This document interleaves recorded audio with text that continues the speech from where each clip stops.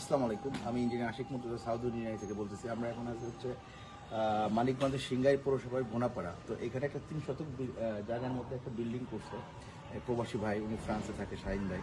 তো বিল্ডিংটা হচ্ছে এখানে কোনো ডিজাইন ড্রয়িং প্রপার প্ল্যান না থাকার কারণে যে প্রবলেমগুলো হয়েছে আমরা আপনাদেরকে সেটা দেখাবো। দেখেন, মূলত একটা মিস্ত্রির পরামর্শ কাজ করে কী ধরনের সমস্যা হয় এর আগে আমরা আপনাদের দেখাই যে বাড়িটা আমরা এখন আবার রেনোভেশন করবো ইনশাল্লাহ। তো রেনোভেশন করার পরে এখানে যে প্রবলেমগুলো ঠিক হয়ে যাবে। তো আপনি কী প্রবলেম, মেজর প্রবলেমটা আপনাদের দেখায়। এমনিতে মোটামুটি এখানে জায়গা 3 শতক জায়গা, তার মধ্যেও খুব স্মার্টলি একটা বিল্ডিং হয়। দেখেন এখানে এই সিঁড়িটা প্রপার প্ল্যান করতে সিঁড়িটা এইখানে না দিলেও হইল, বা সিঁড়িটা এবং সিঁড়ির নিচে দেখেন কিচেনটা সিঁড়ির নিচে দিয়েছে। এটা একটা মেজর ভুল আর মেজর প্রবলেম। তো যদি কোনো ইঞ্জিনিয়ার মার্কেটিং ডিজাইন করতো অবশ্যই সিঁড়িটা এখানে এভাবে থাকতো না, অন্য কোনো রেয়ার হয়েছে। টয়লেটটা দেখো একদম সিঁড়ি বরাবর টয়লেট। এই যে একটা দোতলা আরো আমরা দেখা যাবে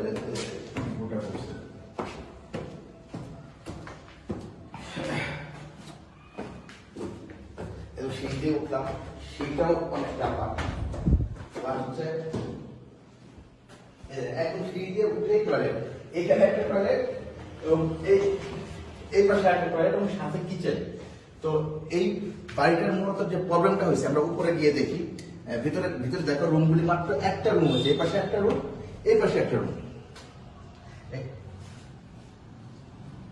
হ্যাঁ, আর এই পাশে হয়েছে হচ্ছে কিচেন। মানে একটা ফ্ল্যাটের মধ্যে আপনার কিচেন বাথরুম সহ কিচেন অ্যারেঞ্জ করতে পারে না, যে কারণে এটা এখন ওয়ার্কেবল হচ্ছে না। মানে এই যে অনেকে বলেন না যে ভাই বিল্ডিং করার আগে আমাদের এইভাবে করেন। তো বিল্ডিংটা যে ওয়ার্কেবলটা কি জিনিস দেখেন, এই যে বিল্ডিংটা করছে এই জিনিসটা এখন কি এখানে করার সময় করা যাচ্ছে না, কারণ আমরা সেপারেটলি উপরে আসলে এই ফাঁকা জায়গা থেকে আমরা দেখলে বুঝবো।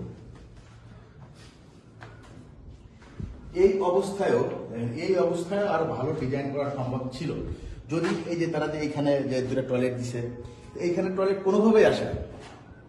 যে কোনোভাবে টয়লেটটাকে এই দুইটা ইউনিট মিলে, এই দুই জায়গা মিলে হচ্ছে তারা একটা ইউনিট করলে এটা বেটার একটা সলিউশন হতো।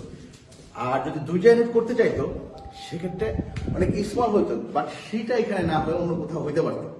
তো এই জিনিসগুলি এখন আমরা ইনশাল্লাহ যে প্রবাসী ভাই শাহিন ভাই উনি আমাদেরকে নক করেছেন, আমরা এটার একটা সলিউশন প্রপার। এবং এই যে বিল্ডিংটা এই তার দেখেন এখন ফিনিশিং হয় না, 2 তলা করতে 60 লক্ষ টাকা খরচ করে ফেলছে। ভাই বলবেন কি অবস্থা, এখন টাইলস বা নাই, তার ফিনিশিং হয় কি, এসএস এর একদম নর্মাল যে এসএস এর যে ইয়েগুলি ইস্যুগুলি সেগুলো জায়গাটা নেগেটিভ স্পেস তৈরি করে ফেলছে। এটাকেও আরো সুন্দরভাবে ইউজ করা যায়, যেটা ইনশাল্লাহ আমরা করবো। তো সবাই উদ্দেশ্যে বলবো যে যারা বাড়ি করতে চান, আপনার জায়গা যত ছোট হোক বা বড় হোক, সেটা প্রপার ইউটিলাইজ করার জন্য এবং সঠিকভাবে বাড়িটা যাতে ওয়ার্ক করে সুন্দর এবং ইউনিক ডিজাইনের জন্য অবশ্যই একটা ভালো ইঞ্জিনিয়ারিং ফার্ম, আর্কিটেক্ট ফার্মের সাথে যোগাযোগ করে দক্ষ ইঞ্জিনিয়ার এবং আর্কিটেক্টের শুধু ডিজাইন না, তাদের পুরো তত্ত্বাবধানে তাদের বাড়িটা আপনারা করবেন। এটা যেখান থেকে করেন, যার কাছ থেকে করবেন, আপনারা ইনশাল্লাহ আপনার টাকাটারও সঠিক ব্যবহার হবে এবং একটা সুন্দর পরিকল্পনা মাফিক একটা বাড়ি পাবেন। সবাইকে আসসালামু আলাইকুম।